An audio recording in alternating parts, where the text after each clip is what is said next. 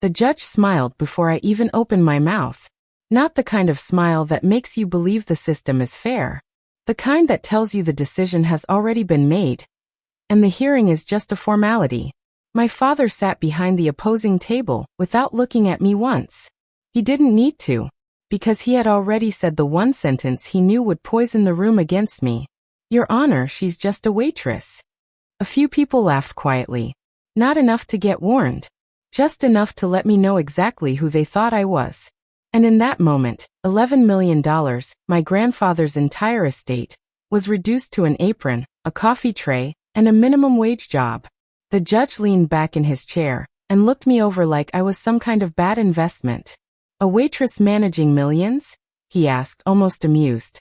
And just like that, the courtroom decided my story before I ever got the chance to tell it. But what nobody in that room understood, not the judge, not my father, not the attorneys smiling behind their paperwork, was that my grandfather had trained me my entire life for moments exactly like this. And they were about to learn the difference between looking weak and being underestimated. The courtroom wasn't large, but it felt crowded in the worst kind of way. Not because there were too many people, because every single person there had already come expecting a collapse. Local attorneys filled the benches. Distant relatives suddenly became experts in estate law. Even neighbors who hadn't spoken to me in years sat in the back row staring at me like I was tonight's entertainment. My father looked comfortable. That was the first thing I noticed. Comfortable like a man who believed he had already won. His attorney stood beside him organizing a stack of printed photos with slow, deliberate confidence. I knew what they were before I even saw them. Pictures of me working at the cafe. On paper, the case sounded simple. 6 months earlier, my grandfather, Colonel Henry Whitaker, retired U.S. Army, passed away and left behind an estate worth just over $11 million. Real estate, investment accounts, bonds, decades of disciplined savings. Most of it went to me, his only granddaughter. My father received less. Still a fortune, just not equal. And that imbalance was exactly why we were standing in court. Not because the will was unclear. Because my father wanted the court to believe I wasn't capable of handling what I inherited. His attorney stood and addressed the judge calmly. Your Honor, we are not disputing the validity of the will. We are questioning whether the respondent possesses the judgment and financial stability required to manage an estate of this size.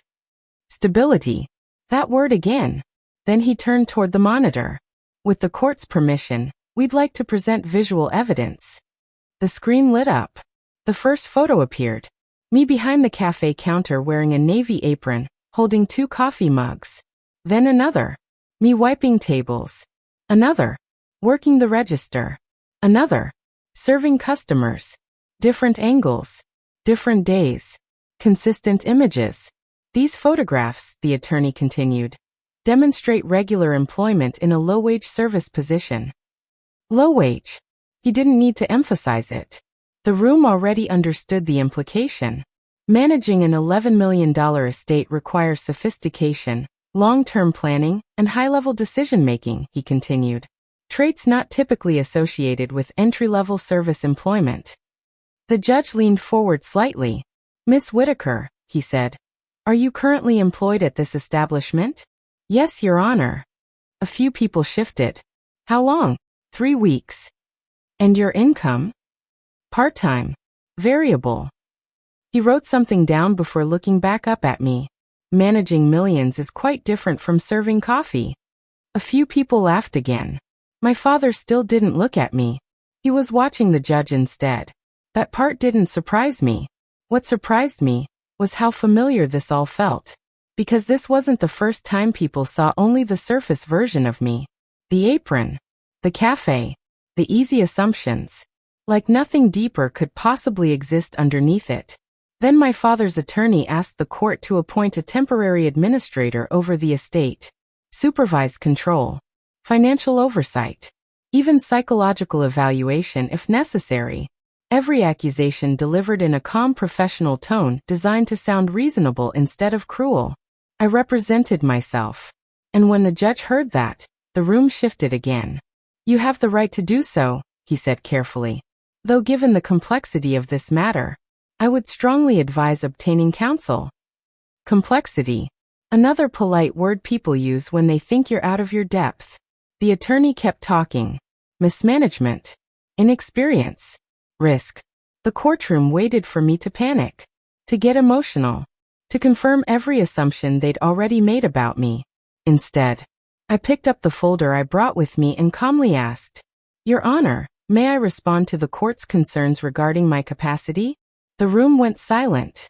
And for the first time since the hearing began, I finally started talking. I didn't start with documents. Paper changes outcomes. But people make decisions emotionally long before they read evidence. So I let the silence sit for a second. Then I said, "My current employment is temporary." I acknowledged how it looked. I acknowledged the concern. But I made one thing clear immediately. Appearance alone is not proof of incapacity. The judge studied me more carefully now. "Then help the court understand," he said. That was the opening. I glanced at the screen again. That frozen image of me carrying coffee. It wasn't false. It just wasn't the full story. "When I was 8 years old," I said, "my parents dropped me off at my grandfather's house." The courtroom quieted. They called it a better environment. I paused. What it really meant was that I had become inconvenient. Nobody laughed this time. I explained how my grandfather raised me. Colonel Henry Whitaker believed in 3 things: discipline, accountability, earning your place. The first night I stayed at his house, he handed me a schedule. Wake up at 5:30. Bed made by 5:35. Breakfast at 6. Reading at 6:30. At 8 years old, I thought it was extreme. My grandfather told me, "You don't hate structure. You just haven't learned its value yet." There was no screaming in his house. No chaos. Only consequences. If I forgot something, I corrected it. If I complained, he asked one question. "Is it illegal?" That was his standard. Not whether life felt fair. Whether it met responsibility. By 14, I was reading contract law. By 16, I overheard my parents asking him for early access to part of his investment portfolio. He refused. And he told them something I never forgot. Inheritance is not entitlement. It's responsibility. Then the judge finally asked the question everyone had avoided until now. "What is your professional background, Miss Whitaker?" I looked directly at him. "After high school, I studied law." The attorney shifted. "After graduation, I entered the United States Army." That changed the room immediately. I continued calmly. "I completed officer candidate school and later continued legal training through military channels." The judge leaned forward. "And your current status?" "Active duty, Your Honor." The courtroom went completely silent. Not shocked. Corrected. My father's attorney quickly tried regaining control. "Military service is admirable," he said carefully, "but this hearing concerns estate management." "It's relevant," I replied calmly. And for the first time that day, the judge interrupted him. "Let her finish."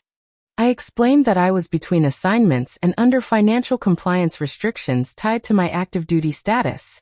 That meant I couldn't immediately engage directly with certain assets in the estate. So instead of sitting idle, I worked 3 shifts a week at a cafe, cleaning tables, serving coffee, not because I lacked options, because I believed discipline matters even when nobody is watching. No one laughed anymore. Then I finally opened the folder. Inside were my active duty orders, my bar certification, my assignment documentation, each paper handed carefully to the judge.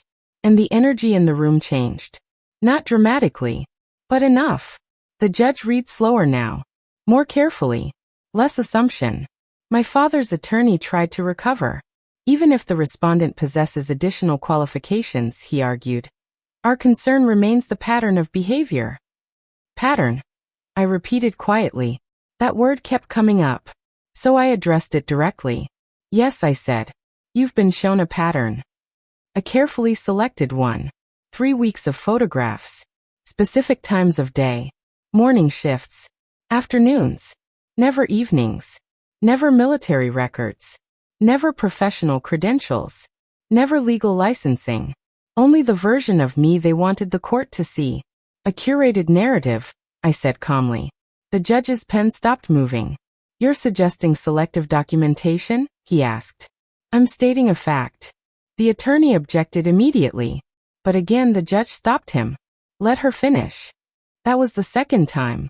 And my father finally stopped looking comfortable. I told the court something my grandfather taught me years ago. If someone wants to underestimate you, let them do it completely. Because once people commit to the wrong story, they expose their own weakness trying to defend it. I explained that my grandfather never made impulsive decisions. He tested people, observed them, evaluated consistency over time. He didn't leave me his estate because of one moment, I said. He left it to me because of how I operate under pressure, under scrutiny, and under constraint. The courtroom had changed now. At the beginning, they wanted to watch me fail. Now they were trying to figure out who I really was. The judge leaned back slowly and studied me again. This time differently. Not amused. Not dismissive. Careful. Then he asked the question that mattered more than anything else said that day. Miss Whitaker, who are you in this context? The room went completely still. No whispering. No movement. Just silence. I didn't look at my father. I didn't look at his attorney. I looked directly at the judge.